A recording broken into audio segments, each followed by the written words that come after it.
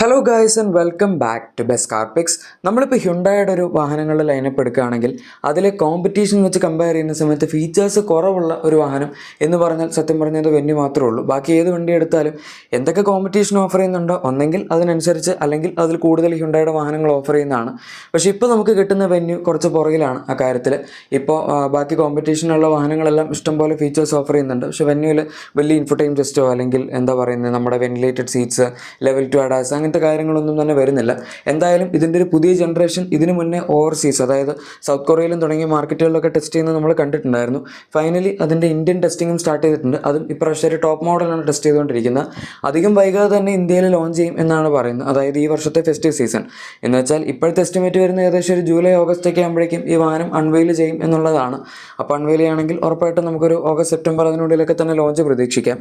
ഇപ്രാവശ്യം എന്തായാലും അവരൊരു പുതിയ ജനറേഷൻ അപ്ഡേറ്റ് തന്നെയാണ് ഇതിൻ്റെ അകത്ത് കൊണ്ടുവരാൻ പോകുന്നത്. 2022 ലാസ്റ്റ് ഈ വാഹനത്തിന് ഒരു ഫേസ് ലിഫ്റ്റ് ലഭിച്ചത്. അതായത് ഇറങ്ങി 3 വർഷം കൊണ്ടൊരു ഫേസ് ലിഫ്റ്റ് വന്നു. ഇപ്പോൾ അടുത്ത 3 വർഷത്തിനുള്ളിൽ ജനറേഷനും മാറാൻ പോവാണ്. ഇപ്പോൾ ഇന്ത്യയിൽ ടെസ്റ്റ് ചെയ്യുന്ന വാഹനത്തിൽ എന്തൊക്കെയാണ് നമുക്ക് പുതിയ മോഡലിൽ എക്സ്ട്രാ കിട്ടുന്നത്, അല്ലെങ്കിൽ അതിൻ്റെ അകത്ത് എന്തൊക്കെയാണ് നമുക്ക് കണ്ടുപിടിക്കാൻ പറ്റിയിരിക്കുന്നത് എന്നുള്ള കാര്യങ്ങളൊക്കെ ജസ്റ്റ് നോക്കാം.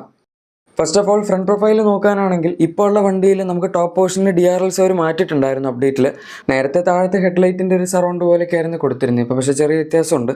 എന്തായാലും ഈ വണ്ടിയിൽ ഇപ്പോൾ കണക്റ്റഡ് DRLs ഒന്നും അങ്ങനെ കാണാനില്ല. ഇപ്പോഴത്തെ ഹ്യുണ്ടായുടെ മിക്ക വണ്ടികളിലും കണക്റ്റഡ് DRLs ഒക്കെ ഉള്ളതാണ്. മിക്കവാറും ഇതിൻ്റെ അകത്തും വരുമായിരിക്കും. അവരാ ഒരു ചെറിയ പോർഷൻ മാത്രം ഓപ്പൺ ആക്കി വെച്ചിട്ടുള്ളതെന്നേ ഉള്ളൂ. പിന്നെ താഴത്തെ പോർഷനിലേക്ക് വരികയാണെങ്കിൽ നമ്മുടെ മെയിൻ ഹെഡ്ലൈറ്റ്സ് അവിടെ കാണാം. അതും അവർ കുറച്ച് ലോവർ പോർഷനിലായിട്ടാണ് പ്ലേസ് ചെയ്തിരിക്കുന്നത്. ഫോഗ് ലാമ്പ് ഒന്നും ഇതിൻ്റെ അകത്ത് എന്തായാലും ഇപ്പോൾ കാണാനില്ല. പിന്നെ ഗ്രില്ലിൻ്റെ ഒക്കെ ഡിസൈൻ നോക്കുകയാണെങ്കിൽ അവിടെയും ചെറിയൊരു വ്യത്യാസം, ചെറുതല്ല ആക്ച്വലി, അത്യാവശ്യം നല്ല വ്യത്യാസം കാണാനുണ്ട്. കുറച്ച് ക്രോമൊക്കെ ഇങ്ങനെ തിളങ്ങിയിരിക്കുന്ന പോലത്തെ ഒരു ഗ്രില്ലായിട്ട് ഇതിനകത്ത് ഇപ്പോൾ കാണുമ്പോൾ തോന്നുന്നുണ്ട്. ആൻഡ് വേറൊരു വ്യത്യാസം, ഫ്രണ്ടിൽ നമുക്ക് ലെവൽ 2 അഡ്വാൻസ്ഡ് എയർ റെസിസ്റ്റൻസ് സിസ്റ്റത്തിൻ്റെ ആ ഒരു സെൻസർ വെച്ചിരിക്കുന്നതാണ്. അതും ഇതിൻ്റെ അകത്ത് പുതിയതാണ്. ഇതിൻ്റെ അകത്ത് അവർ ആക്ച്വലി ഒരു അപ്ഡേറ്റിൽ കൊടുത്തിട്ടുണ്ടായിരുന്നു 4-way ഇലക്ട്രിക് സീറ്റ്സ്, പിന്നെ ലെവൽ 1 അഡാസ് ഒക്കെ. പക്ഷേ ലെവൽ 2 അല്ലായിരുന്നു. ഇപ്പോൾ ഈ സെഗ്മെൻറ്റിൽ കിട്ടുകയാണെങ്കിൽ സെറോസിനകത്തൊക്കെ നമുക്ക് ലെവൽ 2 ആണ് കിട്ടുന്നത്. സോണറ്റിലുണ്ട്, പക്ഷേ അത് ലെവൽ 1 ആണ് എഗെയിൻ. സോ ലെവൽ 2 വരുമ്പോൾ നല്ലതായിരിക്കുമല്ലോ ഈ സെഗ്മെൻറ്റിൽ. അതുപോലെ തന്നെ സൈഡ് പ്രൊഫൈൽ നോക്കുകയാണെങ്കിൽ നമുക്ക് ഇതിനകത്ത് പുതിയ അലോയ് വീൽസിൻ്റെ ഡിസൈൻ കാണാം. ഇൻട്രസ്റ്റിംഗ് കാര്യം എന്താണെന്ന് വെച്ചാൽ സൗത്ത് കൊറിയൻ മോഡലും അവർ ഈ സെയിം അലോയ്സ് ഇട്ട് തന്നെയാണ് ടെസ്റ്റ് ചെയ്തുകൊണ്ടിരുന്നത്. സാധാരണ രീതിയിൽ സൗത്ത് കൊറിയയിൽ വരുന്ന വണ്ടിയുടെ അലോയ്സ് ആയിരിക്കില്ല ഇവിടെ നമ്മുടെ ഇന്ത്യയിൽ വരുന്നത്. കുറച്ച് വ്യത്യാസം ഉണ്ടാവും. ഇത് പക്ഷേ കാണാൻ അത്ര ഭയങ്കര ഇൻട്രസ്റ്റിംഗ് ആയിട്ടുള്ള അലോയ്സ് ഒന്നും അല്ല. പക്ഷെ എന്നാലും ഇപ്രാവശ്യം അവർ സൗത്ത് കൊറിയയിലുള്ള സെയിം അലോയ് ഡിസൈൻ തന്നെ ഇവിടെ ഇട്ട് ടെസ്റ്റ് ചെയ്യുന്നുണ്ട്. സോ അതൊരു യുണീക്ക് ആയിട്ടുള്ള കാര്യമാണ്. പിന്നെ ORVMസിന് ഡിസൈൻ മാറിയതായിട്ടും നമുക്ക് കാണാം. നേരത്തെ ഉണ്ടായിരുന്ന വണ്ടിയിൽ ഈ ഒരു ഡിസൈൻ അല്ലായിരുന്നു. അതിൻ്റെ അകത്തൊരു C ഷേപ്പ് സൈഡ് ഇൻഡിക്കേറ്റേഴ്സ് ഒക്കെ വരുന്ന പോലത്തെ ഡിസൈൻ ആയിരുന്നു. ഇതിൻ്റെ അകത്ത് പക്ഷേ ഏകദേശം നമ്മുടെ കിയയുടെയൊക്കെ പുതിയ കുറച്ച് വണ്ടികൾ വരുന്ന പോലത്തെ ORVMs ആയിട്ട് എനിക്ക് തോന്നി. എന്തായാലും കാണാൻ വ്യത്യാസമുണ്ട്. DRLs ഒക്കെ അതിൻ്റെ അകത്ത് സൈഡ് ഇൻഡിക്കേറ്റേഴ്സ് അതിൻ്റെ അകത്ത് തന്നെ കൊടുത്തിട്ടുണ്ട്. പിന്നെ ഡോർ ഹാൻഡിൽസ് അത് ഫ്ലഷ് ഫിറ്റിംഗ് ആണെന്ന് കണ്ടിട്ട് തോന്നുന്നില്ല. കാരണം കുറച്ച് പുറത്തേക്ക് പ്രൊട്രൂഡ് ചെയ്ത് നിൽക്കുന്ന പോലെയൊക്കെ തന്നെയുണ്ട്. സെറോസിലാണ് നമുക്കിപ്പോൾ ഈ ഒരു സെഗ്മെൻറ്റിൽ ഫ്ലഷ് ഫിറ്റിംഗ് ഡോർ ഹാൻഡിൽസ് കിട്ടുന്നത്. പിന്നെ കാരൻസിൽ നമ്മൾ കിയയുടെ തന്നെ കുറച്ചുകൊണ്ട് പ്രീമിയം വണ്ടി ആയതുകൊണ്ട് വരുമെന്ന് വിചാരിച്ചു, പക്ഷെ വന്നില്ല. ഹ്യുണ്ടായുടെ വണ്ടികളും ഇപ്പോൾ കറൻ്റ്ലി അങ്ങനെ ഫ്ലഷ് ഫിറ്റിംഗ് ഡോർ ഹാൻഡിൽസ് കിട്ടുന്നില്ല. ഐനിക് 5 ഉണ്ടെന്ന് തോന്നുന്നു, അല്ലാണ്ട് വേറെ വണ്ടികളൊന്നും ഞാൻ കണ്ടിട്ടില്ല. പിന്നെ സൈഡ് പ്രൊഫൈൽ നോക്കുകയാണെങ്കിൽ ഇതിൻ്റെ അകത്തും നമ്മൾ നോർമൽ ഇപ്പോഴത്തെ വെന്യൂ വെച്ച് കമ്പയർ ചെയ്യുമ്പോൾ ചെറിയ കുറച്ച് വ്യത്യാസങ്ങളൊക്കെ ഉണ്ടെന്ന് പറയും. എനിക്കെന്തോ അതിൻ്റെ ആ സൈഡിലത്തെ ഡോറിൻ്റെ ഒക്കെ ഡിസൈനിലൊക്കെ ഒരു ഇത്തിരിയും കൂടെ ഫ്ലാറ്റായിട്ട് വന്ന പോലെ തോന്നി. മറ്റൊരു ഇത്തിരി കർവി ആയിട്ട് എനിക്ക് ഫീൽ ചെയ്തിട്ടുണ്ടായിരുന്നു. സോ അതൊരു വ്യത്യാസമാണ്. പിന്നെ നമുക്ക് ഇതിൻ്റെ അകത്ത് റൂഫ് റെയിൽസും സാധനങ്ങളൊക്കെ അവൈലബിൾ ആണ്. റിയർ ഡിസൈൻ എന്തായാലും ഇപ്പോൾ ഇന്ത്യൻ മോഡലിലെ ടെസ്റ്റിങ്ങിൽ നമുക്ക് കിട്ടിയിട്ടില്ല അതിൻ്റെ ഇമേജസ്. പക്ഷേ എന്തായാലും പുറത്തെ വണ്ടിയിലുണ്ട്. കാരണം സെയിം വണ്ടി തന്നെയാണ് അവർ ടെസ്റ്റ് ചെയ്തുകൊണ്ടിരിക്കുന്നത്.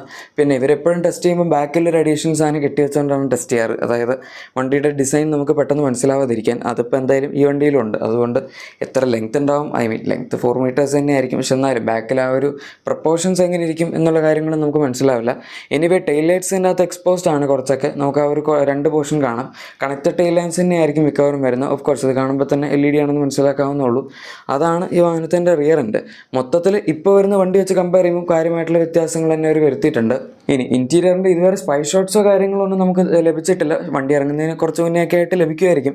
എന്തായാലും ഇപ്പോഴത്തെ സാഹചര്യത്തിൽ പറയാൻ പറ്റുന്ന ഇൻറ്റീരിയർ ഒരു മേജർ ഓവർഹോൾ തന്നെ ഈ വാഹനത്തിന് ആവശ്യമുണ്ട് എന്നുള്ളതാണ്. കാരണം ഫീച്ചേഴ്സിൻ്റെ കാര്യത്തിൽ ഒരുപാട് പുറകിലാണ്. i20 വരെ 10.25 ഇഞ്ച് ഇൻഫോടൈം സിസ്റ്റം ഒക്കെ കൊടുക്കുന്നുണ്ട്. അത് 2020 മുതൽ കൊടുക്കാൻ തുടങ്ങിയതാണ്. 22 ഫേസ് ലിഫ്റ്റിലെങ്കിലും വെന്യൂവിൽ അവർ പുതിയ ഇൻഫോടൈം സിസ്റ്റം അതായത് 10.5 കൊടുക്കുമെന്നാണ് വിചാരിച്ചത്. പക്ഷേ അത് സംഭവിച്ചില്ല. എന്തായാലും ഇനിയിപ്പോൾ അപ്ഡേറ്റിൽ വരുമ്പം എല്ലാ സാധനങ്ങളും അവൈലബിൾ ആയിരിക്കും. 10.25 ഇഞ്ച് ഡ്യുവൽ സ്ക്രീൻ, ഒന്നെങ്കിൽ 10.5 ആയിരിക്കും, അല്ലെങ്കിൽ ഇപ്പോൾ കിയയുടെ വണ്ടികളൊക്കെ വരുന്ന പോലെ 12.3 ഇഞ്ച് ഇൻഫോർടൈൻമെന്റ് സിസ്റ്റം വരുമോ എന്നും പറയാൻ പറ്റില്ല. അതുപോലെ തന്നെ ഇൻസ്ട്രുമെന്റ് ക്ലസ്റ്ററും മൊത്തം മാറും. പിന്നെ നമ്മുടെ AC കൺട്രോൾസ് അതൊക്കെ ഇപ്പോഴത്തെ ക്രെറ്റ അല്ലെങ്കിൽ ഈവൻ നമ്മുടെ ഈ അടുത്ത് വന്ന ക്ലാവിസ് അങ്ങനത്തെ വാഹനങ്ങളൊക്കെ വരുന്ന ആ ഒരു സെറ്റപ്പിലേക്ക് പോകാൻ ചാൻസ് ഉണ്ട്. സ്റ്റിയറിംഗ് വീല് സിമിലർ തന്നെയായിരിക്കും, കാരണം ക്രെറ്റയിലൊക്കെ വരെ ഏകദേശം പോലെയാണ് കൊടുക്കുന്നത്. ഹ്യുണ്ടായി ആണ് പിന്നെ അങ്ങനെ സ്റ്റിയറിംഗ് വീല് മാറ്റാത്ത, ക്രെറ്റ ഇലക്ട്രിക്കിൽ മാത്രമേ ഒരു വ്യത്യസ്തമായിട്ടുള്ളൊരു സ്റ്റിയറിംഗ് കൊടുത്തുള്ളൂ. ചിലപ്പോൾ വരും കാലങ്ങളിൽ അതും വ്യത്യാസം ഉണ്ടാവുമായിരിക്കും. ഇപ്പോൾ നമുക്ക് വെന്യൂ എൻലൈൻ്റെ സ്റ്റിയറിംഗ് വ്യത്യാസമുണ്ട്. പിന്നെ അഡീഷണൽ ഫീച്ചേഴ്സായിട്ട് പറയാൻ പറ്റുന്ന ഫ്രണ്ട് വെന്റിലേറ്റഡ് സീറ്റ്സ്, പിന്നെ 4-വേ ഇലക്ട്രിക് സീറ്റ്സ് അഡ്ജസ്റ്റ്മെൻറ്റ് ഇതിന് ഇപ്പോഴും അവൈലബിൾ ആണ്. അതൊക്കെ തന്നെ എന്തായാലും വരുന്ന വണ്ടിയിൽ ഉണ്ടാവുള്ളൂ, കാരണം സിറോസ് അതുപോലെ ക്ലാവിസ് തുടങ്ങിയ വണ്ടികളൊക്കെ അത്രേ ഉള്ളൂ. ഇവരെന്തായാലും വെന്യൂവിൻ്റെ മുകളിൽ ഇനിയിപ്പം കിയ ചെയ്ത പോലെ സിറോസ് പോലത്തെ ഒരു പരിപാടി പിടിക്കാൻ ഉദ്ദേശിക്കുന്നില്ല. അപ്പോൾ ആ ഒരു സ്ഥിതിക്ക് ബാക്കിലത്തെ സീറ്റ്സിൽ നമ്മൾ സിറോസിലൊക്കെ കണ്ട പോലെ റിക്ലൈൻ അഡ്ജസ്റ്റ്മെൻറ്റും അതുപോലെ നമ്മുടെ സ്ലൈഡിംഗ് ഫംഗ്ഷനൊക്കെ കൊടുത്തിരുന്നെങ്കിൽ ഓവറോൾ ക്യാബിൻ സ്പേസ് ഇവർക്കും കുറച്ചും കൂടി ബെറ്റർ ആക്കായിരുന്നു. ഇപ്പോൾ വെന്യൂവിൻ്റെ ഒരു ചെറിയ പ്രശ്നമാണ് ക്യാബിൻ സ്പേസ്. അത് നമുക്ക് ഇതിൻ്റെ റിക്ലൈൻ ആംഗിൾ ആക്ച്വലി അത്യാവശ്യം നല്ലതാണ് ബാക്കിലത്തെ സീറ്റിൻ്റെ. പക്ഷേ പ്രശ്നം നമുക്ക് കാല് വെക്കാൻ ഇത് സ്ഥലമില്ല എന്നുള്ളതാണ്. സോ സ്ലൈഡിങ് സീറ്റ്സ് വന്നു കഴിഞ്ഞാൽ അത് കുറച്ചും കൂടെ ഉപകാരപ്രദമായിരിക്കും. ഇതൊക്കെയാണ് ഇതിനകത്ത് മെയിനായിട്ട് ഫീച്ചേഴ്സിൽ വ്യത്യാസം വരാൻ പോകുന്നത്. പിന്നെ ഉറപ്പായിട്ടും ഡാഷ്ബോർഡിലോട്ടൊക്കെ ഒരു മൊത്തത്തിൽ മാറ്റും, കാരണം ഇപ്പോഴത്തെ വണ്ടിയിൽ കുറച്ച് ഔട്ട്ഡേറ്റഡ് ആയിട്ടാണ് ഇരിക്കുന്നത്. 2019 വന്ന വണ്ടിയാണല്ലോ, അപ്പോൾ അതിൻ്റേതായിട്ടുള്ള കുറച്ച് പ്രശ്നങ്ങളുണ്ടാവും. പിന്നെ ബാക്കി എഞ്ചിൻ ഓപ്ഷൻസിൻ്റെ കേസൊക്കെ എടുക്കുകയാണെങ്കിലും ഇതിൻ്റെ അകത്ത് ഇപ്പോൾ നമുക്ക് 3 എഞ്ചിൻസാണ് കിട്ടുന്നത്. 1.2 NA പെട്രോൾ, 83 PS പവറും അതുപോലെ 113.8 Nm ടോർക്കാണ് ജനറേറ്റ് ചെയ്യുന്നത്. മാനുവൽ മാത്രമേ കിട്ടുന്നുള്ളൂ. എന്തായാലും ബേസിക് എഞ്ചിനായിട്ട് അവരത് കണ്ടിന്യൂ ചെയ്യും, കാരണം വണ്ടിയുടെ പ്രൈസ് കുറച്ച് കാണിക്കണം. ഇപ്പോൾ 7.94 lakhsലാണ് സ്റ്റാർട്ടിംഗ് പ്രൈസ് വരുന്നത്. പുതിയ വണ്ടി വരുമ്പോൾ നമുക്ക് ഏകദേശം ഒരു 20,000 to 50,000 അടുത്തൊക്കെ ആയിട്ട് ബേസ് മോഡൽ പ്രൈസ് ഇൻക്രിമെൻറ്റ് പ്രതീക്ഷിക്കാം. കാരണം ഫീച്ചേഴ്സൊക്കെ ചെറിയ, അതായത് ലുക്കും സാധനങ്ങളൊക്കെ കുറച്ച് വ്യത്യാസം ഉണ്ടാവുമല്ലോ. ബേസ് മോഡൽ ഫീച്ചേഴ്സ് അധികം ഇമ്പ്രൂവ് ആവാനുള്ള സാധ്യതയില്ല. അതുകൊണ്ടൊരു 8 to 8.5 lakhsൻ്റെ ഒക്കെ റേഞ്ചിൽ എക്സ്പെക്ട് ചെയ്താൽ മതി സ്റ്റാർട്ടിംഗ് പ്രൈസ് പുതിയ വണ്ടിയുടെ. പക്ഷേ ടോപ്പ് എൻഡിലേക്ക് വരുമ്പോഴേക്കും എന്തായാലും വണ്ടിക്ക് അത്യാവശ്യം നല്ല ഡിസൈനിലും അതുപോലെ ഫീച്ചേഴ്സ് തുടങ്ങിയ കാര്യങ്ങളിലൊക്കെ വ്യത്യാസമുള്ളതുകൊണ്ട് തന്നെ നമുക്ക് ഏകദേശം ഒരു 1 to 1.5 lakhsനടുത്തൊക്കെ പ്രീമിയം വരുന്നതായിട്ടും എക്സ്പെക്ട് ചെയ്യാം. ഇപ്പോൾ വെന്യൂ എന്തായാലും ബാക്കി ഈ വാഹനത്തിൽ, അതായത് ഇതിൻ്റെ സെഗ്മെൻറ്റിലുള്ള വണ്ടികൾ വെച്ച് കമ്പയർ ചെയ്യുമ്പോൾ അത്ര എക്സ്പെൻസീവ് അല്ല, ഒരു ഡീസൻ്റ് ആയിട്ടുള്ള പ്രൈസ് പോയിന്റിൽ നമുക്ക് കിട്ടും. ഇതിൻ്റെ 1 ലിറ്റർ ഓട്ടോമാറ്റിക് ഒക്കെ. ബൈ ദ വേ ബാക്കി എഞ്ചിൻസ് വരുന്ന 1.5 ഡീസലാണ്, അതും അവരിപ്പോൾ മാനുവൽ മാത്രമേ കൊടുക്കുന്നുള്ളൂ. 6 സ്പീഡ് മാനുവലാണ്. നമുക്ക് സിറോസിലും അതുപോലെ സോണറ്റിലും രണ്ടിലും ഡീസൽ ഓട്ടോമാറ്റിക് കിട്ടുന്നുണ്ട്. പക്ഷേ വെന്യൂവിൽ ഇപ്പോഴും ഹ്യുണ്ടായി അത് കൊടുക്കുന്നില്ല. അത് കൊടുത്തിരുന്നെങ്കിൽ നല്ലൊരു കാര്യമായേനെ ഇനിയിപ്പോൾ വരുന്ന ഫേസ് ലിഫ്റ്റിൽ. അതുപോലെ തന്നെ 1 ലിറ്റർ ടർബോ പെട്രോൾ, അതും നമുക്ക് ഇപ്രാവശ്യം 7 സ്പീഡ് DCT എന്തായാലും അവൈലബിൾ ആയിരിക്കും. മാനുവൽ ഇടയ്ക്ക് പ്രാവശ്യം IMT മാത്രമേ ഉണ്ടായിരുന്നുള്ളൂ. ഇപ്പോൾ മാനുവൽ കിട്ടുന്നുണ്ടെന്ന് തോന്നുന്നു. അവർ i20 മാനുവൽ കൊടുക്കുന്നുണ്ടായിരുന്നു. എനിവേ മാനുവൽ വരും എന്ന് നമുക്ക് പ്രതീക്ഷിക്കാം. IMTയുടെ കാര്യത്തിൽ എനിക്ക് വലിയ പ്രതീക്ഷയൊന്നുമില്ല. ഹ്യുണ്ടായും കിയയും രണ്ടുപേരും ഇപ്പോൾ പതുക്കെ IMT ഒഴിവാക്കിക്കൊണ്ടിരിക്കുകയാണ്, കാരണം അധികം ആൾക്കാർ അങ്ങനെ IMT പ്രിഫർ ചെയ്യുന്നില്ല ഇപ്പോൾ.